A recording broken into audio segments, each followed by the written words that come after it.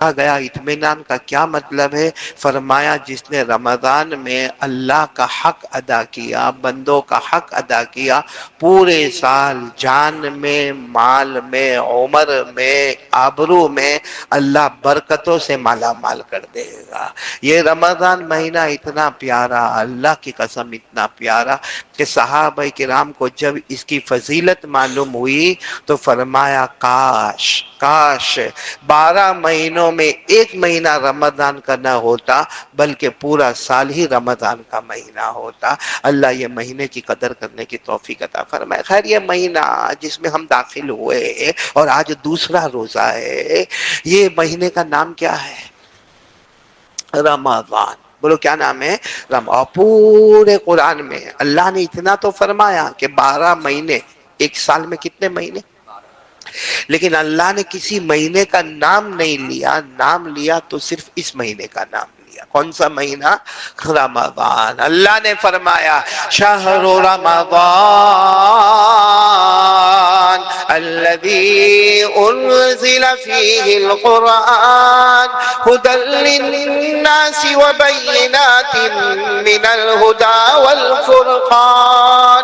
اللہ تبارک و تعالی فرماتے یہ مہینہ بہت مبارک مہینہ، پورا مجمع بولے یہ مہینے کا نام رمضان۔ رمضان کے کیا معنی میرے پیارو؟ رمضان، کوئی اگر ہم کو چلتا پھرتا آدمی پوچھے کہ تمہارا بہت پوتر مہینہ آیا ہے، رمضان مہینہ آیا ہے، تو یہ رمضان کا ٹرانسلیشن کیا ہے؟ میرے دوستو عربی گرامر میں آپ جاؤ تو رمض یرمد ترمیز، رمضان کے معنی آتے کوئی چیز کو لے کے جلانا۔ بولو کسی چیز کو لے کے، اور اتنا جلانا کہ وہ راکھ ہو جائے، راکھ یعنی پاؤڈر ہو جائے، اور اس کے بعد اس کو ہوا میں اڑا دینا۔ یہ رمضان کا ڈیفینیشن، رمضان کا ترجمہ، کسی چیز کو جلانا اور اتنا جلانا کہ راکھ ہو جائے اور اس کے بعد اس کو ہوا میں اڑا دینا۔ اب سوال ہوتا ہے رمضان کو رمضان کیوں کہتے ہیں؟ تو علماء کرام، اولیاء اعظام نے بہت پیاری بات لکھی، رمضان کو رمضان اس لیے کہتے ہیں کہ جب رمضان کا چاند آتا ہے اللہ اپنے سارے بندوں کے گناہوں کو جمع کرتا ہے۔ بولو اللہ سارے بندوں بندیوں کے گناہوں کو جمع، اور اس کے بعد اللہ جلاتا ہے۔ ایسے اللہ گناہوں کو جلاتے کہ ہمارے گناہ راکھ ہو جاتے، اور اللہ ہوا میں اڑاتے، اور اللہ فرشتے کو کہتے ہیں میرا بندہ ایسا ہے جیسا ماں کے پیٹ سے نکلا، اس کا کوئی گناہ ہی باقی نہیں ہے۔ یہ رمضان کے مہینے کا کمال ہے، اسی لیے پہلی 10 راتیں آئے کیا لے کر آتی ہے؟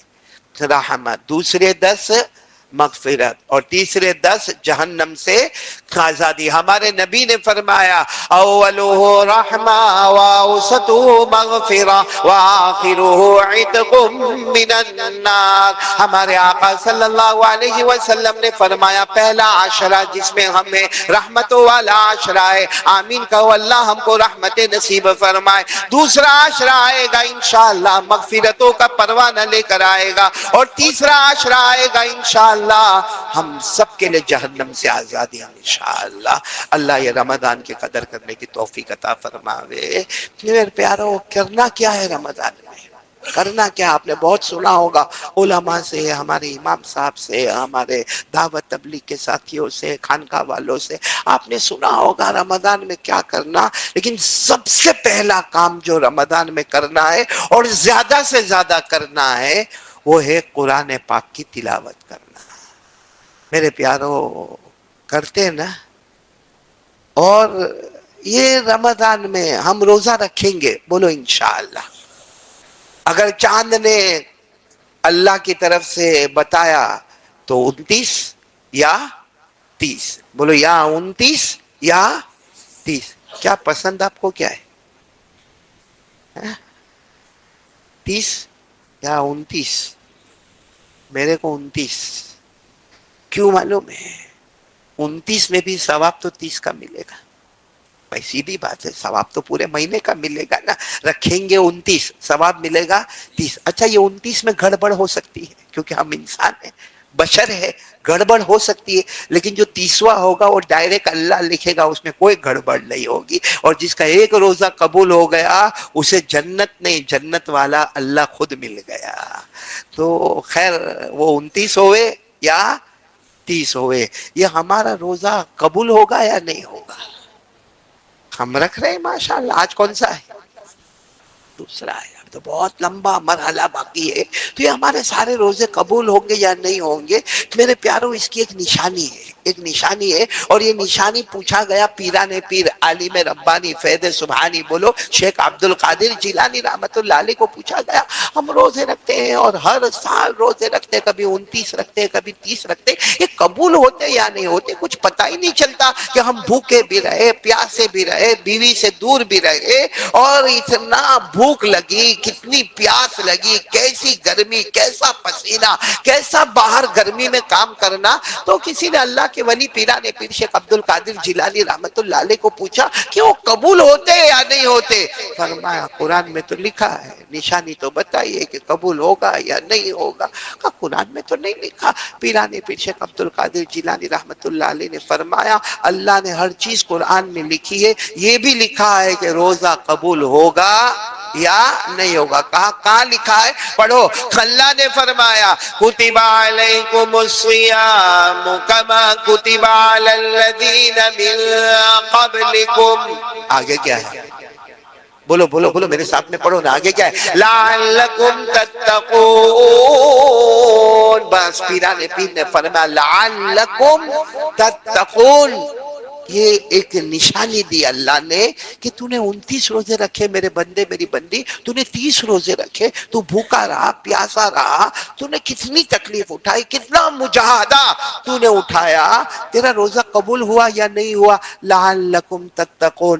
رمضان کے بعد دیکھ، رمضان کے بعد دیکھ، تو رمضان میں فجر پڑھتا تھا، ارے بولو پورے رمضان تو نے فجر کی نماز پڑھی، اب رمضان کے بعد اگر لگاتار فجر پڑھ رہا ہے، رمضان میں تو قرآن کی تلاوت کرتا تھا، رمضان کے بعد بھی قرآن کی تلاوت کرتا ہے، رمضان میں تو نے ماشاءاللہ داڑھی رکھی، رمضان کے بعد بھی تو نے اس داڑھی کا خیال کیا، رمضان میں تو نے مسواک کیا اور رمضان کے بعد بھی تو مسواک کرتا ہے، تو جو رمضان میں عبادت کی پوزیشن تھی اگر رمضان کے بعد وہی پوزیشن ہے، پیران پیر فرماتے اللہ کی قسم اللہ نے تیرے ہر روزے کو قبول کر لیا۔ لیکن رمضان کے بعد واپس وہی حال، وہی فجر گئی، وہی عشاء کی نماز گئی، وہ 15 دن ہو گئے قرآن پاک کو اٹھایا تک نہیں، اٹھایا نہیں، قرآن پاک کو چھوا نہیں، قرآن پاک کو دیکھا نہیں۔ پیران پیر غوث پاک فرماتے اللہ نے تیرے روزے کو قبول نہیں کیا۔ اس لیے میرے پیارو اب جو میں باتیں بتا رہا ہوں بولو عمل کریں گے انشاءاللہ۔ وقت ہمارے پاس آدھا گھنٹہ وقت ہے، اس آدھے گھنٹے میں ہم کو بہت کچھ سمجھنا ہے، جس میں سب سے پہلے یہ سمجھنا ہے میرے پیارو کہ رمضان میں جتنا ہو ہم قرآن پڑھیں گے، بولو انشاءاللہ، کیونکہ یہی وہ مہینہ ہے جس میں تمام آسمانی کتابیں اتری، کل ملا کر آسمان سے اترنے والی کتابیں 104، کتنی؟ اور سب کی سب اترنے والی ہے کون سے مہینے میں؟ رمضان مہینے میں، جس میں بڑی بڑی آسمانی کتابیں، تورات کہو جو حضرت موسیٰ علیہ السلام پر نازل ہوئی، زبور کہو جو حضرت داؤد علیہ السلام پر نازل ہوئی، انجیل کہو جو حضرت عیسیٰ علیہ السلام پر نازل ہوئی، اور ہمارا قرآن جو ہمارے آقا بولو محمد رسول اللہ صلی اللہ علیہ وسلم پر نازل ہوا، سب کون سے مہینے میں؟ رمضان کے مبارک مہینے میں۔ اس لیے سب سے زیادہ ہمیں کیا پڑھنا ہے؟ قرآن۔ ایک آپ کو حدیث سناؤں، ناراض تو نہیں ہوں گے؟ ہوں گے تو کیا کرو گے؟ افطاری تو کروانے والے، اور کیا کروانے والے؟ ہاں عبدالحکیم، کون سا کھانا وانا کھلانے والے ہو؟ لیکن سننے جیسی بات ہے۔ ہاں مدینہ پاک میں ایک گھر کی اوپننگ ہو رہی ہے، بولو مدینہ پاک میں گھر کی اوپننگ. یہاں بھی آپ نے دیکھا ہوگا گھر کی اوپننگ ہوتی ہے, کوئی بلڈنگ بناتا ہے, کوئی فلیٹ لیتا ہے, کوئی بنگلہ بناتا ہے, کوئی بھی مولانا کو بلایا جاتا ہے اور مولانا کے پاس دعا کروائی جاتی ہے, اور مولانا کو ایک آدھ مٹھائی کا ڈبہ دیا جاتا ہے, اور پھر مولانا کو لفافہ دیا جاتا ہے, اور گھر کی اوپننگ میں فلاں مولانا آئے تھے اور ہمارے گھر کی اوپننگ ہو گئی. میرے پیارو یہ کرو, میں بولتا ہوں یہ کرو, مگر سنت کی نیت سے کرو. گھر کی اوپننگ بھی ہوتے جائے گی, 100 شہیدوں کا ثواب بھی ملتا چلا جائے گا. کیونکہ مدینے پاک میں گھر کی اوپننگ ہو رہی ہے. وہ زمانے میں بنگلے ونگلے نہیں بنتے تھے, ایک چھوٹا سا جھوپڑا بن گیا. اور بنانے والے کون ہیں؟ حضرت عبداللہ. بولو بنانے والے کون ہیں؟ پورا نام ہے حضرت عبداللہ بن جابر, لیکن آپ صرف اتنا یاد رکھو حضرت عبداللہ. اب گھر بن گیا. وہ زمانے میں وہ کانٹریکٹر اور آرکیٹیکٹ اور انٹیریئر اور ڈیکوریشن وہ سب نہیں ہوتا تھا. بس سیدھے وہ گھر کو لیپ دیا اور گھر کو بنا دیا, اور اس کے بعد سیدھے عبداللہ اللہ کے رسول صلی اللہ علیہ وسلم کے پاس آئے اور کہا اللہ کے رسول وہ گھر تیار ہو گیا ہے, آپ آئے اور دعا فرمائے, اور کھانا بھی تیار ہے, آپ خود بھی آئے, آپ دوسروں کو بھی لے کر آئے, کھانا بھی اچھا خاصا تیار ہوا ہے. خیر ہمارے آقا بولو محمد رسول اللہ صلی اللہ علیہ وسلم صحابہ کو لے کر پہنچے. اب جب پہنچے تو گھر کوئی بڑا گھر تو نہیں تھا, گھر چھوٹا تھا اور لوگ زیادہ. بڑا ٹینشن والا معاملہ ہوتا ہے, گھر چھوٹا اور لوگ زیادہ, تو آدھا مجمع اندر اور آدھا مجمع گھر کے باہر. وہاں مائک سسٹم تو تھا نہیں, بس سب انتظار میں کہ ہمارے نبی صلی اللہ علیہ وسلم دعا فرمائیں گے, اس کے بعد سب لوگ کھانا کھائیں گے, اور کھانا کھانے کے بعد سب لوگ جائیں گے. اور وہاں کھانا بھی کھانا معمولی کھانا ہوتا تھا, کبھی کبھی تو کھجور اور پانی رکھ دیا جاتا تھا, وہی کھانا ہوتا تھا. کیونکہ ہمارے آقا محمد الرسول اللہ صلی اللہ علیہ وسلم کے بارے میں پوری زندگی میں حضرت عائشہ فرماتی ہے ہمارے گھر میں پوری زندگی 2 وقت کبھی اناج نہیں آیا, کہ دوپہر میں بھی روٹی ہوئے, شام کو بھی روٹی ہوئے, دوپہر میں بھی سالن ہوئے, رات کو بھی سالن ہوئے. حضرت عائشہ فرماتی ہے اگر ایک وقت ہمارے گھر میں روٹی آئی تو دوسرے وقت میں تمرن و ماؤن, کھجوریں ہوتی تھی اور پانی ہوتا تھا. تو وہ زمانے میں کھجور اور پانی بھی کھانا ہی ہوتا تھا. اب حضرت عبداللہ کے گھر کی اوپننگ ہو رہی, اللہ کے رسول آئے, صحابہ کرام آئے, بولو مجمع زیادہ تھا تو آدھے اندر اور بولو آدھے باہر.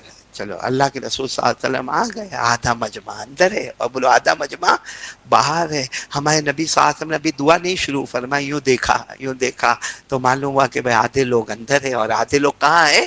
باہر ہے. اچانک ہمارے نبی نے فرمایا جو باہر ہے وہ سب اندر آ جاؤ, اور جو اندر ہے وہ باہر. بہت مشکل کام تھا. ہاں جمعہ میں عبدالحکیم کسی کو ایسا بولے تو دھمال ہو جاوے. متولی چشتی اور کس نے کہا قاری احمد علی نکالو, اس کو نکالو, یہ لوگوں کو اندر باہر کرتا, اس کو پہلے باہر کرو. بھائی جمعہ کے دن جیسے میں آؤں یہاں بیان کرنے کے لیے اور میں کہوں بھائی جو مجمع اندر ہے وہ سب باہر جاؤ, اور جو باہر اور پہلے مالے پر ہے وہ سب اندر آؤ, تو قاری احمد علی خود. لیکن یہاں تو اللہ کے رسول کا حکم تھا, پہلے سب ایک دوسرے کو دیکھنے لگے. ہمارے نبی نے فرمایا کیوں ایک دوسرے کو دیکھتے ہو, کہہ دیا نا جو باہر ہے وہ اندر آ جاؤ, جو اندر ہے وہ. پورا مجمع یہ اٹھ کے کہاں جا رہا ہے؟ باہر. اور باہر والے کہاں آ رہے؟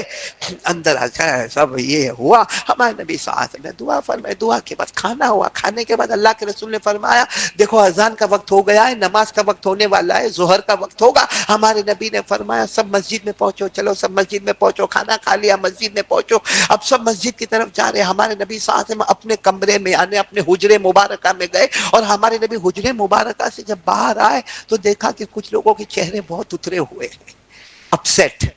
کچھ لوگوں کے چہرے بہت اترے ہوئے. تو ہمارے نبی صلی اللہ علیہ وسلم نے حضرت ابوبکر کو بلایا, کہا ابوبکر کیا معاملہ ہے؟ کچھ کان میں ایک دوسرے کی کچھ باتیں بھی ہو رہی ہے اور کچھ چہرے بھی اترے ہوئے. تو حضرت ابوبکر نے فرمایا وہ اندر باہر والا معاملہ ہے, کیونکہ جو اندر تھے نا ان کے چہرے بہت اداس ہو گئے, کیونکہ وہ کہاں چلے گئے؟ باہر والے بڑے خوش ہیں, دیکھو آرام سے آئے, مگر نبی کے قریب میں آ کے بیٹھے, اندر بیٹھے. ہمارے نبی صلی اللہ علیہ وسلم کی آنکھوں میں آنسو آ گئے.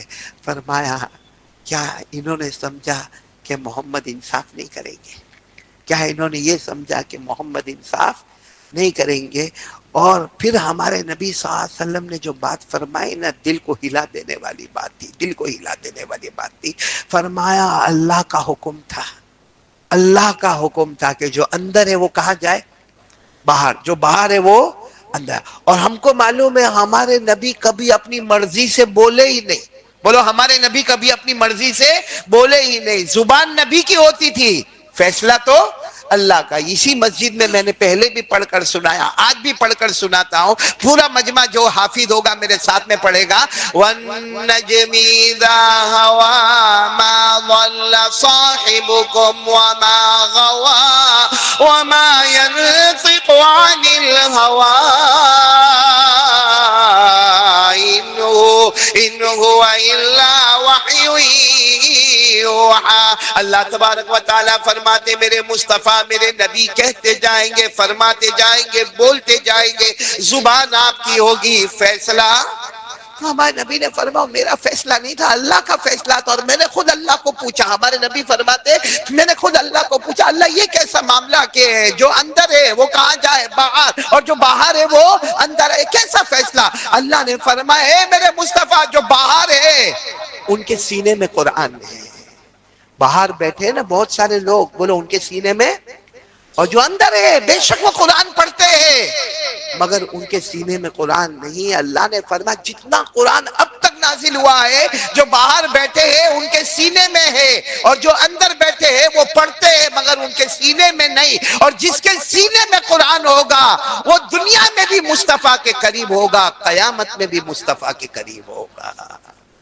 اس لیے یہ باہر اور اندر والا معاملہ ہو گیا. میرے پیارو اس سے اندازہ لگاؤ قرآن والا دنیا والے کے نزدیک ہمارے امام صاحب کا مرتبہ، ہمارے یہاں کوئی حافظ کا، کوئی قاری کا، کوئی عالم کا، کوئی مفتی کا کوئی مرتبہ نہیں، کیونکہ اس کی پگار بہت کم ہے، اس کی تنخواہ بہت کم ہے. لیکن اللہ کے یہاں اتنا بڑا رتبہ ہے کہ تیرے سینے میں قرآن ہے تو دنیا میں بھی مصطفیٰ کے قریب ہوگا، آخرت میں بھی مصطفیٰ کے قریب ہوگا.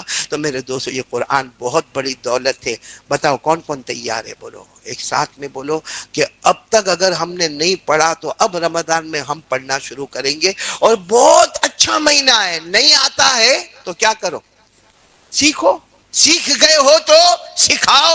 اور اگر سکھانے کا وقت نہیں ہے تو جو آتا ہے وہ پڑھتے جاؤ. میرے پیارو شیخ زکریا رحمت اللہ علیہ نور اللہ مرقدہ و مسجعہ کہتے ہمارے گھر کی عورتیں روزانہ رمضان میں اتنا کھانا پکانا، روٹی پکانا، سالن پکانا، سحری تیار کرنا، افطار تیار کرنا، اور روزانہ 10 12 پاروں کی تلاوت ہوا کرتی تھی.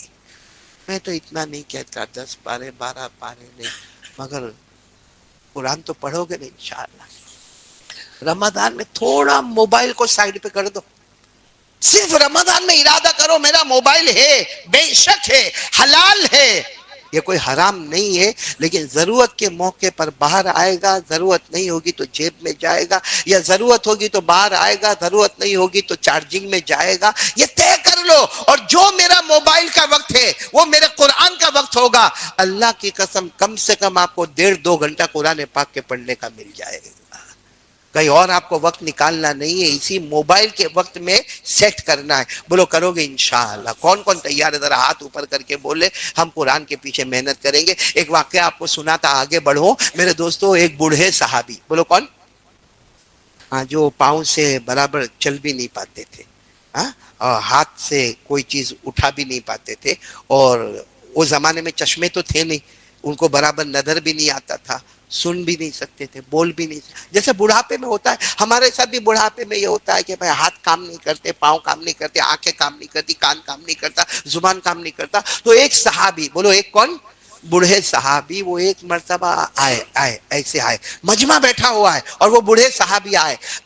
اب ظاہری بات ہے جب بوڑھے صحابی آیا، السلام علیکم، وعلیکم السلام، اور کوئی نماز کا وقت تو ہے نہیں، نہ فجر، نہ ظہر، نہ عصر، نہ مغرب، نہ عشاء. تو کسی کو لگا کہ کچھ آئے ہوں گے، اپنے کام سے آئے ہوں گے. لیکن جو کام لے کر آیا، اللہ کی قسم کاش ہم میں تک کوئی ایسا کام لے کر اپنے امام کے پاس پہنچا ہوتا، یا اپنے کوئی یہاں کے عالم کے پاس پہنچا ہوتا. وہ بوڑھے آئے اور آ کر کیا کہا معلوم؟ اللہ کے رسول میں پہلے بہت قرآن پڑھتا تھا. بولو سبحان اللہ. کیا کہہ رہے؟ پہلے میں بہت، لیکن اللہ کے رسول. اچھا وہ زمانے میں قرآن یہ ہماری طرح نہیں ہوتا. ابھی جو قرآن ہے نا، با بین الدفتین، یعنی پورا بائنڈنگ کر کے جو تیار ہوتا ہے، وہ زمانے میں چمڑے کے ٹکڑے ہوتے تھے، پتھروں پر لکھا گیا ہوتا تھا، بڑے بڑے لکڑوں پہ لکھا گیا ہوتا. تو کیا کہنے لگے معلوم، اللہ کے رسول پہلے میں بہت قرآن پڑھتا تھا لیکن اب مجھے برابر بولو دکھتا نہیں ہے، اور کوئی پڑھ کے سناتا ہے تو میں برابر سن نہیں سکتا، اور زبان اتنی موٹی ہو گئی کہ میں برابر پڑھ بھی نہیں سکتا. اور اللہ کے رسول ہاتھ پاؤں بھی بہت دکھتے ہیں اور وضو کرنا بار بار میرے بس کی بات نہیں. تو پہلے تو میں بہت قرآن پڑھتا تھا، اب مجھے بتاؤ مجھے کتنا پڑھنا ہے. اب آپ مجھے بتا دو کتنا پڑھنا ہے، کیونکہ اب میں بوڑھا ہو گیا، میں معذور ہو گیا. میرے دوستو ہم میں سے کوئی ہوتا تو کہتا گھر پہ جا کے سو جا، پہلے بہت پڑھا نا، اب پڑھنے کی کیا ضرورت. لیکن قرآن اتنا امپورٹنٹ ہے کہ ہمارے نبی نے کیا فرمایا معلوم ہے، ٹھیک ہے آپ قرآن زیادہ نہیں پڑھ سکتے تو ایک کام کرو، تم ذوات الراء پڑھو. کیا پڑھو؟ ذوات الراء. ذوات الراء کا کیا مطلب؟ قرآن میں ہر وہ سورت پڑھو جس کے شروع میں را، بولو جس کے شروع میں را. جیسے الف لام را یا الف لام میم را، ایسی سورت کا نام ہے ذوات الراء. بڑی بڑی صورتیں ہیں، کہا کہ وہ سب ذوات الراء پڑھو. وہ جو صحابی تھے نا، لا استطیع، نہیں ہوگا اللہ کے رسول، نہیں، وہ پہلے ہوتا تھا اب نہیں ہوگا. سچے تھے کہ جھوٹے تھے وہ لوگ؟ اسی لیے کہہ دیا کہ مجھ سے ہوگا نہیں. تو ہمارے نبی صلی اللہ علیہ وسلم نے فرمایا ٹھیک ہے ذوات الراء نہیں پڑھ سکتے ذوات الراء، تو کام کرو ذوات حامیم پڑھ لو. کیا پڑھ لو؟ ذوات، یعنی قرآن کی ہر وہ سورت پڑھو، بولو جس کے شروع میں، آواز نہیں آ رہی، جس کے شروع میں حامیم تنزیل الکتاب من اللہ العزیز العلیم، یعنی حامیم والی صورتیں پڑھ لو. بولے صاحب کہا اللہ کے رسول میں کہہ رہا ہوں نا، میرے کو نظر نہیں آتا، سن نہیں سکتا، یہ بار بار وضو کرنا، یہ وہ چمڑوں کے دستاویز اٹھانا. کہا کہ اللہ کے رسول یہ بھی نہیں ہوگا ذوات حامیم. تو ہمارے نبی نے فرمایا اچھا پہلا آپشن تھا ذوات الراء، کہا نہیں، دوسرا ذوات حامیم، تو کہا نبی نے فرمایا کام کرو مسبحات پڑھ لو. کیا پڑھ لو؟ مسبحات. مسبحات کے معنی ہر وہ سورت جس کے شروع میں سبح یا یسبح، بولو کیا؟ سبح، سبح للہ ما فی السماوات وما فی الارض، یسبح للہ ما فی السماوات وما فی الارض الملک القدوس العزیز الحکیم. ہمارے آقا صلی اللہ علیہ وسلم نے پہلی بات بتائی ذوات الراء پڑھو، انہوں نے فرمایا نہیں ہوگا. پھر دوسری بات بتائی ذوات حامیم پڑھو، کہا نہیں ہوگا. ہمارے نبی نے فرمایا تیسری بات کیا پڑھو؟ معلوم ہے انہوں نے کیا کہا؟ نہیں ہوگا اللہ کے. اچھا تین آپشن دیے نا، تینوں پر کیا کہا؟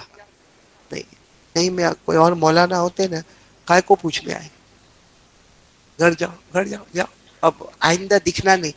کیونکہ تین آپشن دے رہے ہیں ہم آپ کو، ذوات الراء، ذوات حامیم، مسبحات، سب پر نہ کہہ رہے ہو تو پوچھنے کی کیا ضرورت ہے، اپنی مرضی پہ عمل کرتے. لیکن نہیں میرے دوستو، ہمارے نبی نے دیکھا وہ بوڑھے رونے لگے. ارے بولو وہ بوڑھے، ان کے رونے پر ہمارے نبی کو رونا آیا، اور کتنے پیار سے فرمائے ایک سورت پڑھو گے، ایک سورت روزانہ، کتنا؟ 24 گھنٹے میں کتنی سورت پڑھو گے؟ یعنی یہ نہیں کہا ہمارے نبی نے کہ نہیں پڑھنا. قرآن اتنا امپورٹنٹ ہے کہ بھلے تم کو نظر نہیں آتا ہے، تم سن نہیں سکتے ہو، تمہاری زبان موٹی ہو گئی ہے، تمہارے ہاتھ کانپتے، تمہارے پاؤں کانپتے ہیں، تم کمزور ہو، زیادہ عمر ہے، لیکن ہمارے نبی نے فرمایا 24 گھنٹے میں ایک سورت تو پڑھو گے نا. اچھا وہ جو بوڑھے صحابی کو جیسے معلوم نہیں کتنا مل گیا ہو، کیا فرمایا معلوم؟ واللہ لا ازید علی ھذا ولا انقص منہ، میرے نبی بتا دو کون سی سورت پڑھنا ہے. اللہ کی قسم کہتا ہوں اس سے زیادہ بھی نہیں پڑھوں گا، اس سے کم بھی نہیں پڑھوں گا. کیا فرمایا؟ اللہ کی قسم زیادہ بھی، یعنی آپ نے ایک کہا تو ایک ہی سورت پڑھوں گا، دو نہیں، ولا انقص منہ، اور جو آپ نے کہا اس میں کمی بھی آنے نہیں دوں گا. ہمارے نبی نے ایک سورت بتائی، اور اللہ کی قسم ہمارے نبی نے جو قرآن سے سورت کو منتخب کیا، جو چوز کیا اور جو بتایا، وہ سورت بتائی جس میں اللہ نے قیامت کے منظر کو بیان کیا. بولو سبحان اللہ. قیامت میں کیا کیا ہوگا، شارٹ اینڈ سویٹ میں اللہ نے جو بیان کیا وہ ہمارے نبی نے سورت بتائی، جو سورت کا نام ہے سورہ زلزال. بولو کیا نام ہے سورہ؟ پڑھو میرے ساتھ میں پڑھو نا. اذا زلزلت الارض زلزالها واخرجت الارض اثقالها وقال الانسان ما لها يومئذ تحدث اخبارها بان ربك اوحى لها يومئذ يصدر الناس اشتاتا ليروا اعمالهم فمن يعمل مثقال ذرة خيرا يره ومن يعمل مثقال ذرة شرا يره. بڑے افسوس کے ساتھ کہنا پڑتا ہے کچھ کو یاد ہے، کچھ ایسے ہی بیٹھے ہوئے ہیں ان کو سورہ زلزال یاد، ان کو رات کا ایپیسوڈ یاد ہوگا، موبائل کا ایپیسوڈ. ہاں وہ سیریل آتی ہے اور 40 ایپیسوڈ، ایک ایپیسوڈ پونے گھنٹے کا. وہ ایک اللہ کا بندہ ایپیسوڈ دیکھتا تھا، مجھے کہنے لگا کہ مولانا میں ایپیسوڈ دیکھتا ہوں کیا عجب کہانی. میں نے کہا اس میں عجب کہانی کیا ہے؟ جتنی کہانیاں عجب تھی وہ سب تو اللہ نے بیان کر دیا، عجب کہانی کون سی آئی؟ تو کہا ارے مولانا وہ جو گالی دیتے نا ایک دوسرے کو، سننے جیسی گالی تیرے کو دیتے، کہا میرے کو نہیں دیتے. وہ ایپیسوڈ میں آپس میں ایک دوسرے کو جو گالی دیتے نا، ماں بہن کی گالی دیتے. میرے دوستوں میں نے کہا تو یہ کتنے بجے دیکھتا ہے؟ کہا رات کو 1 بجے. میں نے کہا رات کو 1 بجے جس گھر میں اسلام، جس گھر میں ایمان، جس گھر میں قرآن، جس گھر میں نبی کا ذکر، جس گھر میں تعلیم، اس گھر میں رات کو 1 بجے ماں بہن کی گالی. اور ماں بہن کی گالی کا مطلب کیا ہے؟ ماں کی شرمگاہ اور بہن کی شرمگاہ کا ذکر کرنا. رات کو 1 بجے جس کے گھر میں یہ ہوتا ہوگا وہ گھر میں رحمت آئے گی، وہ گھر میں برکت آئے گی، وہ گھر میں اللہ روزی دے گا، وہ گھر میں اللہ چین سکون دے گا. میرے پیارو دیکھو زیادہ لمبی بات نہیں کرنا، کیونکہ میرے کو 4-5 چیزیں آپ کے کان تک پہنچانا ہے کہ یہ کام ہم کو کرنا ہے تو کرنا ہے. بولو کریں گے انشاءاللہ. جس میں سب سے پہلا کام میرے دوستو، میں آپ کو وقت نہیں بتاتا کیونکہ رمضان مہینہ ہے، بہت سارے لوگوں کو اللہ نے وقت دیا ہے اور اللہ نے ہم کو بہت اچھا وقت دیا ہے قرآن سیکھنے کا اور قرآن سکھانے کا. تو یہ کام ہم کریں گے میرے دوستو. رمضان میں پہلا کام قرآن. کون کون تیار ہے؟ دونوں ہاتھ اوپر کرے، بولو قرآن. بولو پڑھیں گے، پڑھائیں گے، سیکھیں گے، سکھائیں گے، سمجھیں گے، سمجھائیں گے. کیونکہ بہت افسوس کے ساتھ کہنا پڑتا ہے، بہت افسوس کے ساتھ کہنا پڑتا، بہت سارے لوگ ہوتے ہیں جن کی سورہ فاتحہ بھی صحیح نہیں ہوتی ہے. بولو نا، جن کی سورہ فاتحہ بھی صحیح نہیں ہوتی. اس لیے آپ لوگ ارادہ کرتے ہو تو میں بات آگے بڑھاؤں. اور قرآن کریم سے بڑھ کر اللہ کی قسم بولو کوئی کلام ہے؟ نہیں، آپ لوگ بولو نا کوئی کلام ہے. کیونکہ آپ قرآن کریم کے بارے میں صرف اتنا سوچے، کبھی اکیلے بیٹھ کے سوچے کہ یہ قرآن کہاں تھا، یہ قرآن تھا کہاں پر، تو آپ کا دل اندر سے جواب دے گا یہ قرآن کس کے پاس تھا. نہیں بولو نا کس کے پاس تھا؟ اللہ. معلوم ہے قرآن سب سے پہلے کس کے پاس؟ اللہ. اور اللہ سے بڑھ کر کوئی معبود نہیں. بولو نا اللہ کی طاقت کے آگے کوئی طاقت، اللہ کی قدرت کے آگے کوئی قدرت.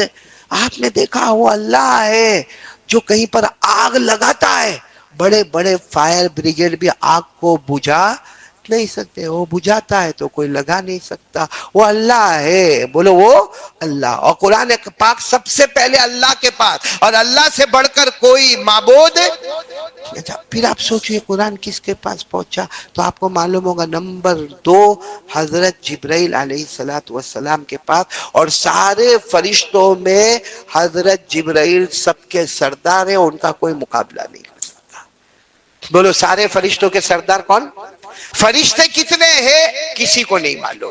ساتھ میں بولو فرشتے کتنے ہیں کسی کو نہیں معلوم. اللہ نے فرمایا وَمَا يَعْلَمُ جُنُودَ رَبِّكَ إِلَّا هُوَ وَمَا هِيَ إِلَّا ذِكْرَى لِلْبَشَرِ. فرشتے کتنے ہیں کسی کو نہیں معلوم، لیکن سارے فرشتوں کے سردار کون؟ حضرت جبرائیل علیہ السلام، اور جن کو روح الامین کہا جاتا ہے. کیا کہا جاتا ہے؟ روح الامین. قرآن کریم نے ان کا نام بھی لیا، روح الامین بھی کہا. اللہ نے فرمایا قُلْ مَنْ كَانَ عَدُوًّا لِجِبْرِيلَ. دیکھو حضرت جبرائیل کا نام بھی لیا اور ساتھ میں روح الامین بھی کہا. إِنَّا أَنزَلْنَاهُ له في ليلة القدر وما أدراك ما ليلة القدر ليلة القدر خير من 1000 شهر تنزل الملائكة والروح روح الامین حضرت جبرائیل کا نام اللہ تبارک و تعالی لے رہے تو قرآن کریم سب سے پہلے اللہ کے پاس، اللہ سے بڑھ کر کوئی معبود نہیں، پھر قرآن حضرت جبرائیل کے پاس، اور حضرت جبرائیل سے بڑھ کر اللہ کی قسم کوئی فرشتہ نہیں، اور پھر یہ قرآن کس کے پاس؟ نمبر 3 آقا محمد الرسول اللہ، اور اللہ کی قسم ہمارے نبی سے بڑھ کر، ارے بولو نا، ہمارے نبی سے بڑھ کر کوئی نبی نہیں، کوئی نبی نہیں۔ ہمارے نبی کی شان بولو صلی اللہ ہو۔ حضرت موسیٰ علیہ السلام وہ پہاڑ پہ جاتے تھے، کس سے بات کرتے تھے؟ آواز نہیں آ رہی، بولو کس سے بات کرتے تھے؟ اللہ سے بات کرتے تھے۔ لیکن حضرت موسیٰ علیہ السلام کی ایک تمنا تھی، کیا تمنا تھی؟ اللہ باتیں تو روز ہوتی ہے، اللہ روز باتیں ہوتی ہے، لیکن اللہ میں دیکھنا چاہتا ہوں، اللہ مجھے دیکھنا ہے، اللہ کون ہے، کیا ہے، کیسے ہے، اللہ میں دیکھنا چاہتا ہوں۔ اللہ نے فرمایا موسیٰ تمہاری آنکھوں میں طاقت ہی نہیں کہ تم مجھے دیکھ سکو، تمہاری آنکھوں میں طاقت ہی نہیں کہ تم مجھے دیکھ۔ لیکن ایک دن حضرت موسیٰ علیہ السلام نے کہا نہیں اللہ اللہ اللہ اللہ اللہ مجھے ایک بار تو اللہ آپ کو دیکھنا ہے۔ اللہ نے کہا میرے ساتھ 70,000 نور کے پردے ہیں۔ کتنے؟ میرے چہرے، جو بھی اللہ کا چہرہ کما یلیقو بجلالی و شانی، کتنے نور کے پردے؟ 70,000۔ اللہ نے فرمایا اتنا، دیکھو اتنا نور میں وہ پہاڑ پر اتاروں گا۔ اے موسیٰ دیکھنا وہ میرا نور کتنا، آپ انگلی سے بتاؤ کتنا، اتنا نور میں میرا اتاروں گا پہاڑ پر۔ اے موسیٰ دیکھنا، اگر اس کو دیکھنے کی طاقت ہے تو آگے پھر ہم ڈسکس کریں گے کہ آپ مجھے کیسا دیکھو گے۔ اللہ نے اتنا، ہمارے نبی نے اشارہ کر کے فرمایا اتنا نور اللہ نے پہاڑ پر اتارا۔ حضرت موسیٰ علیہ السلام نے دیکھا، بے ہوش ہو گئے، گرے، اور بولو جب ہوش آیا تو کہا اللہ نہیں دیکھنا، اللہ آنکھوں میں طاقت ہی نہیں کہ تیری تجلی کو دیکھ سکے۔ کہ اس کو قرآن کریم نے فرمایا قال رب ارنی انظر الیک قال لن ترانی ولكن انظر الى الجبل فإن استقر مكانه فسوف ترانی فلما تجلى ربه للجبل، جب اللہ نے اتنا نور کہاں پر اتارا؟ پہاڑ پر۔ کیا ہوا؟ جعلہ دکا وخر موسیٰ صاعقا، پہاڑ بھی چورا چورا ہو کے گر گیا، حضرت موسیٰ بھی بے ہوش ہو گئے۔ جب ہوش آیا اللہ نے فرمایا موسیٰ کیا کرنا ہے؟ اللہ وہ بات چلتی وہی برابر ہے، اللہ دیکھنا نہیں، میری آنکھوں میں طاقت ہی نہیں کہ اللہ تیری تجلی کو۔ تو یہاں حضرت موسیٰ علیہ السلام اللہ کو دیکھنے کی تمنا کرتے ہیں مگر زندگی گزر گئی۔ بولو اللہ کو دیکھا، آواز سے بولو اللہ کو دیکھا۔ اور ہمارے نبی کا مقام، اللہ کہہ رہے جبرائیل لے کر آؤ، جبرائیل معراج میں مصطفیٰ کو لے کر آؤ، مصطفیٰ کو لے کر آؤ، مصطفیٰ کو لے کر آؤ۔ کیوں؟ اللہ نے کہا مجھے اپنے آپ کو مصطفیٰ کو بتانا ہے، مجھے اپنے آپ کو کس کو بتانا ہے؟ مصطفیٰ کو بتانا۔ حضرت موسیٰ کی آنکھوں میں طاقت نہیں کہ اللہ کو دیکھ سکے، اور اللہ فرماتے میرے مصطفیٰ کو لے کر آؤ۔ آج آمنے سامنے مجھے مصطفیٰ کو دیکھنا ہے، مصطفیٰ مجھے دیکھیں گے، بولو سبحان اللہ۔ نالوں میں ایک مرتبہ حضرت موسیٰ علیہ السلام نے دعا مانگی جو قرآن کریم میں ہے۔ کیا دعا مانگی؟ رب اشرح لی صدری، رب اشرح لی صدری، اے اللہ میرا سینہ کھول دے تاکہ آسمان کی کتاب اس میں آ جائے، اللہ میرا سینہ کھول دے تاکہ آسمان کی کتاب میرے سینے میں آئے۔ یہاں حضرت موسیٰ مانگ رہے اللہ میرا سینہ کھول دے، وہاں اللہ مصطفیٰ کو کہتے فکر مت کرنا، نبوت دینے کے ساتھ ہی تمہارے سینے مبارک کو کھول دیا ہے۔ کیا فرمایا اللہ نے؟ پڑھو نا، الم نشرح لك صدرك ووضعنا عنك وزرك۔ اللہ فرماتے موسیٰ علیہ السلام نے مانگا تھا اللہ میرے سینے کو کھول دے، ہم نے تمہارے سینے مبارک کو پہلے ہی بولو اور حضرت موسیٰ نے کیا مانگا تھا؟ وَيَسِّرْ لِي أَمْرِي، اللہ میرے سب معاملے آسان کر دے، اللہ میرے سب معاملے آسان کر دے۔ ہمارے نبی مانگنے جا رہے ہیں کہ اللہ میرے معاملے آسان کر دے، اللہ نے فرمایا میرا مصطفیٰ مانگنا نہیں، وَنُيَسِّرُكَ لِلْيُسْرَىٰ، اللہ فرماتے مانگنا نہیں، تو مانگنے والے اس سے پہلے ہم نے سب معاملے کو آسان کر دیا ہے۔ آپ کو معلوم ہے اللہ تعالیٰ نے حضرت موسیٰ کو پہاڑ پر بلائے، بولو کہاں بلائے؟ تاکہ اللہ آسمان کی کتاب دے۔ کون سی کتاب؟ تورات۔ بولو کون سی کتاب؟ تورات۔ اور اللہ نے 40 دن کا ٹائم دیا کہ 40 دن میں پہنچنا ہے۔ کتنے دن میں پہنچنا ہے؟ حضرت موسیٰ کو جانا ہے، آسمان کی کتاب لینا ہے، تو حضرت موسیٰ علیہ السلام جلدی پہنچ گئے، بیفور ٹائم۔ کب پہنچ گئے؟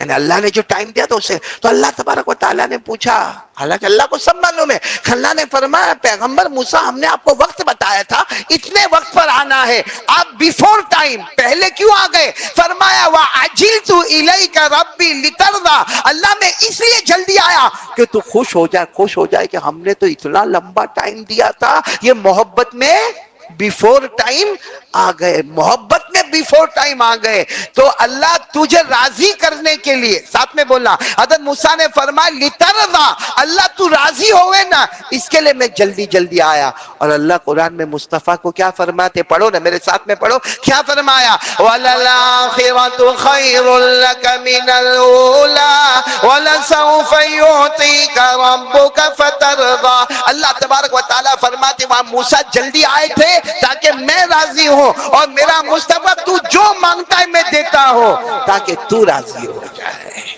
یہاں موسیٰ فکر میں اللہ راضی ہو، اور اللہ کہتے میرا مصطفیٰ تو راضی ہو جائے۔ تو خیر مجھے یہ بتانا ہے کہ قرآن پاک سب سے پہلے کس کے پاس؟ اللہ سے بڑھ کر کوئی معبود نہیں۔ پھر یہ قرآن کس کے پاس؟ حضرت جبرائیل کے پاس، جبرائیل سے بڑھ کر کوئی فرشتہ۔ پھر یہ قرآن ہمارے آقا بولو محمد الرسول اللہ صلی اللہ علیہ وسلم کے پاس، اور ہمارے نبی سے بڑھ کر بولو کوئی نبی نہیں ہے۔ تو اب اندازہ لگانا، قرآن اللہ کے پاس، برابر سمجھنا، اللہ سے بڑھ کر کوئی معبود نہیں۔ پھر قرآن حضرت جبرائیل علیہ السلام کے پاس، حضرت جبرائیل سے بڑھ کر کوئی فرشتہ نہیں۔ پھر یہ قرآن محمد الرسول اللہ صلی اللہ علیہ وسلم کے پاس، اور ہمارے نبی سے بڑھ کر کوئی نبی نہیں۔ پھر یہ قرآن حافظوں کے سینے میں، قاریوں کے سینے میں، علماء کے سینے میں، تو اللہ کی قسم پوری دھرتی پر اگر قرآن اللہ کے پاس تو اللہ سے بڑا کوئی معبود نہیں، قرآن جبرائیل کے پاس تو جبرائیل سے بڑھ کر کوئی فرشتہ نہیں، اور قرآن محمد مصطفیٰ کے پاس تو ان سے بڑھ کر کوئی نبی نہیں، تو یہ زمین پر جس کے سینے میں قرآن ہوگا اللہ کی قسم اس سے بڑھ کر کوئی انسان نہیں۔ یہ قرآن اتنا پیارا ہے کہ ایک بار ہمارے پاس آتا ہے ہماری عزتوں کو آسمانوں پر پہنچا دیتا ہے۔ تو میرے پیاروں پھر دیکھو میں جو بات کرنے جا رہا ہوں بولو سب کریں گے انشاءاللہ۔ دوسری بات میرے کو یہ کرنا ہے کہ رمضان مہینہ ہے، 4 چیزیں زیادہ سے زیادہ، کیا؟ نمبر 1 لا الہ، نمبر 2 استغفر اللہ، نمبر 3 اسألک الجنہ، اور نمبر 4 اعوذ بک من النار۔ آسان الفاظ میں پورے رمضان میں کچھ نہ ہو نا، اپنا کام کرتے کرتے، بھائی مزدوری کا کام کرتا ہے، دکان پر کام کرتا ہے، کسٹمر کو دیکھتا ہے یا تو مالک ہے، بس اپنی زبان پر رمضان میں لا الہ الا اللہ، استغفر اللہ، اسألک الجنہ واعوذ بک من النار۔ اگر اسألک الجنہ واعوذ بک من النار کا ترجمہ عربی نہ آتا ہو تو ترجمہ لا الہ الا اللہ محمد الرسول اللہ صلی اللہ علیہ وسلم، نمبر 2 استغفر اللہ، نمبر 3 اسألک الجنہ، اللہ مجھے جنت عطا فرما دے، اعوذ بک من النار، اللہ جہنم سے مجھے بچا لے۔ بولو کریں گے نا انشاءاللہ۔ یہ اور میں نے یہ سوچا کہ 4 تسبیح کیوں رمضان میں، 4 تسبیح کیوں؟ تو پہلے تو لا الہ محمد رسول اللہ صلی اللہ علیہ وسلم، یہ ایمان، کیونکہ ایمان کے بغیر تو کچھ ہوتا ہی۔ نمبر 2 کیا ہے؟ استغفر اللہ، اور استغفر اللہ کا کمال یہ ہے کہ دنیا بھی تیری آخرت بھی تیری۔ استغفر اللہ کا کمال کیا ہے؟ دنیا بھی تیری اور آخرت بھی تیری۔ بلکہ آسان الفاظ میں کہو استغفر اللہ میں اللہ نے کہا جا دنیا تیری، اور اسألک الجنہ واعوذ بک من النار میں جا آخرت بھی تیری۔ رمضان ختم ہونے سے پہلے دنیا بھی تیرے قدموں میں، آخرت بھی تیرے قدموں میں۔ آپ کو معلوم ہوگا ایک بہت بڑے امام گزرے ہیں، امام احمد، ساتھ میں بولو گے اچھا لگے گا۔ ہاں 4 امام، امام ابو حنیفہ رحمت اللہ علیہ، امام شافعی رحمت اللہ علیہ، امام مالک رحمت اللہ علیہ، اور چوتھے کا نام میں آپ کے سامنے لے رہا ہوں، کون؟ امام احمد بن حنبل۔ یہ امام احمد بہت بڑے امام، بہت بڑے امام، حافظ، بولو حافظ، قاری، عالم، مفتی، محدث، مفسر، مجدد۔ ان کی اگر آپ حدیث کی کتاب جو انہوں نے لکھی ہے جس کا نام ہے مسند احمد، بولو کیا نام ہے؟ 4000 سے زیادہ اس میں حدیثیں ہیں۔ کتنی؟ 4000 سے زیادہ حدیث ہے مسند احمد۔ اتنے بڑے امام، اور ان کا بیان اور ان کی تقریر اور ان کا وعظ اور ان کا تصوف اور ان کی اصلاح بہت۔ اب ان کو سفر کرنا تھا، امام احمد ابن حنبل کو سفر کرنا، اور آپ کو معلوم ہے جب کوئی سیلیبریٹی ہوتا ہے نا، جو حافظ بھی ہے، قاری بھی ہے، عالم بھی ہے، مقرر بھی ہے، بیان بھی کر رہا ہے، تقریر بھی کر رہا ہے، اس کو جب سفر کرنا ہوتا ہے نا تو اس کو معلوم ہے کہ راستے میں لوگ بہت پریشان کریں گے۔ ہوتا ہے جب بڑا آدمی نکلتا ہے تو راستے میں لوگ تو امام احمد ابن حنبل نے ایک دم پرانا پرانا کپڑا پہنا، ایک چادر نیچے ایک چادر اوپر، ایسا اوپر پگڑ جیسا باندھا، اور اپنا ایک بوریا بستر لیا، اور جو ان کو سفر کرنا تھا امام احمد ابن حنبل نے سفر کیا۔ خیر شہر میں تو کچھ لوگ پہچانے، لیکن جب آپ شہر سے جنگلوں میں اور جنگلوں سے گاؤں میں اور گاؤں سے دیہات میں اور قریہ میں جو آپ کو سفر کرنا تھا آپ سفر کر رہے۔ اب شام کا وقت ہو گیا، کتنا ہوا؟ شام، یعنی بس عشاء کا وقت ہو گیا۔ کون سا رات کا وقت؟ عشاء کا وقت ہو گیا۔ آپ سوچنے لگے کہ بھائی عشاء کا وقت ہو گیا، میرے ساتھ تھوڑا کھانا وانا بھی ہے، بوریا بستر بھی میرے ساتھ ہے، کوئی جگہ ملے تو تھوڑا کیا کرو، آرام کرو۔ کون؟ امام۔ اب جو گاؤں میں یا جو دیہات میں جو آبادی میں آپ تھے وہاں آپ کو کوئی جاننے پہچاننے والا نہیں تھا، تو اچانک آپ کو ایک چھوٹی سی مسجد دکھی۔ کیا دکھی؟ مسجد۔ سوچا چلو یہ مسجد اچھی ہے، اس میں عشاء بھی ہو جائے گی، وتر بھی ہو جائے گی، ایک کونے میں بیٹھ کے وضو بھی ہو جائے گا، کھانا بھی ہو جائے گا، اور سو جاؤں گا، رات کو تہجد بھی ہو جائے گی، فجر کی نماز بھی ہو جائے گی۔ بھائی اللہ کا گھر ہے، فجر کی نماز پڑھ کے واپس اپنا سفر شروع کروں گا۔ وہ آئے، اب مسجد میں آئے، اپنا بوریا بستر ایک طرف رکھا، اور اس کے بعد میں وضو کیا، وضو کر کے آپ نے عشاء کی نماز پڑھی، وتر کی نماز پڑھی، اور آپ نے کھانا وانا کھایا، اور اس کے بعد میں بوریا بستر جو تھا اس پر لیٹنے گئے تو وہ مسجد کے ذمہ دار آ گئے، مؤذن ہوں گے، خادم ہوں گے۔ کہا کیا کر رہے؟ کہا مسافر ہوں، سو رہا ہوں، اور صبح فجر کی نماز پڑھ کے رام مسجد میں سونے کی اجازت نہیں ہے۔ کہا ایک ہی رات ہے بس، آج کی رات سوؤں گا۔ کہا نہیں، سونے کی اجازت نہیں ہے، اٹھاؤ اپنا بستر، اٹھاؤ اپنا بوریا بستر اٹھاؤ اور جاؤ، باہر جاؤ۔ امام احمد ابن حنبل نے اپنا بوریا بستر باندھا، سوچا باہر جاؤں گا تو کہاں جاؤں گا، تو مسجد کا جو صحن ہوتا ہے، بھائی ایک تو جماعت کھانا ہے اور ایک مسجد کا کیا ہوتا ہے، صحن ہوتا ہے، اوٹلا کہتے ہیں۔ اب وہ صحن کے اوپر اپنا بوریا بستر بچھایا اور اس کے اوپر بولو، وہ جو مؤذن صاحب تھے آدھی رات کو ان کی آنکھ کھلی، آدھی رات کو آنکھ کھلی تو دیکھا کہ یہ وہی مسافر ہے، اس کو کہاں سے نکالا؟ مسجد سے نکالا، تو مسجد کے باہر آ کے سو گیا۔ بڑے غصے میں اس نے لات ماری، اور امام احمد ابن حنبل کو پہچانتا تو تھا نہیں، کہا ہے مسافر اٹھو، مسجد میں سونے کی پرمیشن نہیں ہے، مسجد کا جو پالان ہے، مسجد کا جو سغن ہے، مسجد کے باہر کا جو جگہ ہے، اس میں بھی سونے کی اجازت نہیں ہے۔ وہ بہت دماغ کے گرم ہو گئے، انہوں نے اس کا بوریا بستر لیا اور اٹھا کے راستے پر پھینک دیا، ان کا جو تکیہ تھا، جو چادر تھی، جو بستر، سب راستے پر پھینکا، اور ان کو لات مار کر اٹھایا اور کہا کہ جاؤ کہیں بھی جاؤ، لیکن یہاں پہ رات رہنے کا نہیں، فجر کا وقت ہوئے تب نماز پڑھنے آنے کا، باقی رات میں آنے کا۔ اب امام احمد ابن حنبل، بھائی اتنے بڑے امام کو کوئی لات مارے، اور ان کا بستر کہاں پہ ہے؟ راستے پہ، سڑک پہ۔ بیچارے دھیرے دھیرے گئے، اپنا بستر سمیٹا۔ اچھا بستر سمیٹ رہے تھے نا تو سامنے ایک چھوٹی سی ہوٹل تھی، بولو چھوٹی سی ہوٹل تھی، اور جس میں ایک آدمی روٹی گرم گرم بنا رہا تھا۔ روٹی گرم گرم بنانے والے کو آپ نے تو یہاں بہت جگہ پہ ہمارے صورت میں دیکھا ہوگا، عربی میں اس کو خباز کہتے ہیں۔ وہ عربی میں کیا کہتے ہیں؟ خباز۔ اردو میں نان بائی کہتے ہیں، اردو میں نان بائی، اور عربی میں تو کوئی روٹی بنا رہا تھا، وہ لمبا، وہ زمانے میں لمبا ایسا تنور ہوتا تھا، اور وہ گرم گرم روٹیاں بنا رہا ہے، رکھ رہا ہے، گرم گرم روٹی بنا رہا ہے، رکھ رہا ہے، لیکن اس کی زبان کے اوپر کیا ہے؟ استغفر اللہ، بولو کیا ہے؟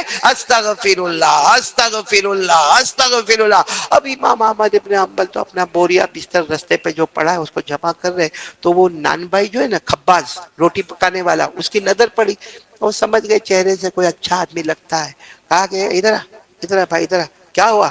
تو کہا وہ مسجد میں سونے نہیں دیا۔ تو کہا برابر ہے، مسجد میں سونے کی پرمیشن نہیں ہے۔ تو امام احمد ابن حنبل نے کہا میرے کو کیا معلوم، مسافر آدمی ہوں۔ تو کہا ایک کام کرو، وہ میرا بستر خالی پڑا ہے، میری یہ ہوٹل ہے، وہ میری جگہ ہے، وہ کھٹیا میرا کھٹیا خالی ہے، اور میرے کو اتنا بڑا آرڈر آیا ہے کہ پوری رات میں روٹی پکاتا رہوں گا، تم اتنی دیر میرے کھٹیے پہ آرام کرو، فجر کا وقت ہو چلے جانا مسجد میں نماز پڑھ لینا، اس کے بعد اپنا سفر شروع کر دینا۔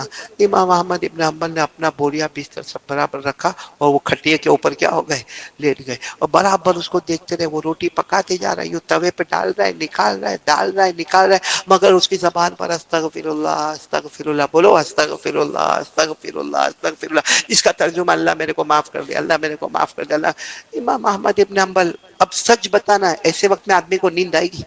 جس کو لات مار کے نکالا گیا ہو، جس کا بستر باہر پھینکا گیا ہو، جس کا تکیہ باہر پھینکا گیا ہو، اس کو نیند؟ تو امام احمد ابن حنبل وہاں سے اٹھ کے اس کے پاس آئے اور کہا کہ عجیب چیز میں دیکھ رہا ہوں کہ تو کب سے روٹیاں پکا رہا، ماشاءاللہ گرم گرم تیرا تنور اور گرم گرم یہ تندور کی روٹیاں تو بنا رہا ہے، لیکن تیری زبان پر استغفر اللہ استغفر اللہ استغفر اللہ، یہ کیوں ہے؟ نے کیا کہا معلوم؟ تم تو مسافر ہو، تم کو کیا معلوم، باقی استغفر اللہ میں کمال یہ ہے کہ جب میں نے استغفر اللہ پڑھا اور جو مانگا اللہ نے مجھے ہر چیز عطا کر دی۔ کہا میں تو ایک غریب آدمی تھا، میری 4 بیٹیاں، میں غریب آدمی تھا، یہاں راستے پر بیٹھتا تھا اور یہاں راستے پر بیٹھ کے کچھ چیزیں بیچا کرتا تھا، لیکن استغفر اللہ پڑھتا گیا، اللہ سے مانگتا گیا، اللہ میرے کو دنیا دے دے، اللہ میرے کو دنیا میں اچھی نوکری دے دے، اللہ اچھی دکان دے دے۔ کیا کہا معلوم؟ یہ پوری جو زمین ہے نا میری ہے، بولو سبحان اللہ۔ کہا پیچھے دیکھو، یہ پیچھے دیکھو ایک بڑا مکان ہے، وہ مکان میرا ہے، اور الحمدللہ 4 بیٹیوں کا نکاح میں نے کروا دیا، بولو سبحان اللہ۔ اور کہا یہ پورا کھیت جو نظر آتا نا وہ میرا، اس کی وجہ یہ کہ استغفر اللہ استغفر اللہ استغفر اللہ پڑھتا جاتا ہوں، پھر ایک وقت مانگتا ہوں اللہ یہ دے دے۔ وہ جتنی بار استغفار پڑھا اس کی برکت سے اللہ میرے کو جان بھی دی، اللہ نے مال بھی دیا، اللہ نے عمر میں برکت بھی دی، اللہ نے بیٹیوں کا نکاح بھی کرایا، آج میری یہ دکان دھوم دھام چلتی ہے، پیچھے میرا مکان ہے، پیچھے کھیت ہے، پیچھے زمین ہے، یہ سب میرا ایریا ہے۔ امام احمد ابن حنبل نے کہا بہت اچھا، مطلب استغفر اللہ میں بہت کمال ہے، دنیا ہی دنیا مل جاتی ہے۔ کہاں دنیا دنیا مل؟ تو امام احمد ابن حنبل نے کہا برا تو نہیں مانیں، کیونکہ تیرے کھٹیے پہ تو سویا ہوں میں، برا تو نہیں مانیں گے، ایک سوال کرو؟ کہا کبھی ایسا ہوا کہ استغفر اللہ کہا اور کچھ مانگا اور نہ ملا ہو؟ یہ تو نے بتایا پوزیٹیو، تو بتایا کہ جب استغفر اللہ استغفر اللہ استغفر اللہ کہا پھر جو مانگا وہ تجھے ملا۔ کبھی ایسا بھی ہوا ہوگا تو نے بہت استغفر اللہ استغفر اللہ استغفر اللہ کہا ہوگا اور کچھ مانگا ہوگا اور وہ تجھے ملا؟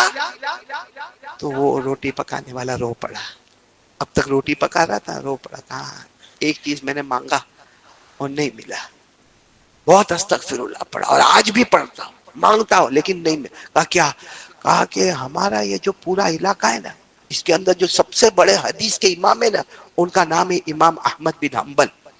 میں کتنی مرتبہ استغفر اللہ پڑھتا ہوں اور کہتا ہوں اللہ میری ان سے ملاقات کرا دے، اللہ میری ان سے ملاقات کرے، لیکن کیا نصیب میرے میں گاؤں میں رہنے والا، اور میں نے سنا کہ وہ تو شہر میں رہتے ہیں، ان کا اپوائنٹمنٹ بھی نہیں ملتا ہے اور ان کو ملنے کے لیے بہت کوشش کرنی پڑتی ہے، تب جا کے ان سے ملاقات ہوتی ہے۔ اس لیے میں استغفر اللہ استغفر اللہ استغفر اللہ پڑھتا ہوں اور کہتا ہوں اللہ یہ زمانے کے جو امام ہے امام احمد ابن حنبل، اللہ ایک بار ان کی ملاقات کرا دے۔ امام احمد ابن حنبل نے زور سے چیخ ماری اور چیخ مار کر کہا کیسا استغفر اللہ پڑھا کہ لات مار مار کے تیرے پاس بھیجا گیا، کیسا استغفر اللہ پڑھا، کیا پاور والا پڑھا کہ کوئی میرے کو دعوت نہیں دے رہا، انویٹیشن کارڈ نہیں مل رہا، کوئی کنکوتری نہیں مل رہی ہے، لات مار مار کے مجھے تیرے پاس بھیجا گیا ہے، کیا تیرے استغفر اللہ؟ تو کہا میں سمجھا نہیں، کہا میں ہی ہوں امام احمد ابن حنبل۔ اور نان بھائی جو تھا اچھل گیا، سیدھے گلے لگ گیا اور کہا اب تو یقین ہو گیا کہ استغفر اللہ میں وہ طاقت ہے کہ میرا اللہ ناممکن کو بھی ممکن بنا دے گا۔ اور ہم کو رمضان میں یہی پڑھنے کو کہا گیا، کیوں کہ لا الہ الا اللہ پہلے پڑھو تاکہ ایمان مضبوط ہو جائے، کیونکہ ایمان کے بغیر، بولو نا ایمان کے بغیر، اس لیے میں نے کل بھی کہا تھا راندیر میں، آپ کو بھی کہتا ہوں اللہ نے ہم کو بغیر مانگے ایمان دیا ہے۔ اور پھر ایسے ہی نیکسٹ ویڈیو میں ملتے ہیں، تب تک کے لیے اللہ حافظ۔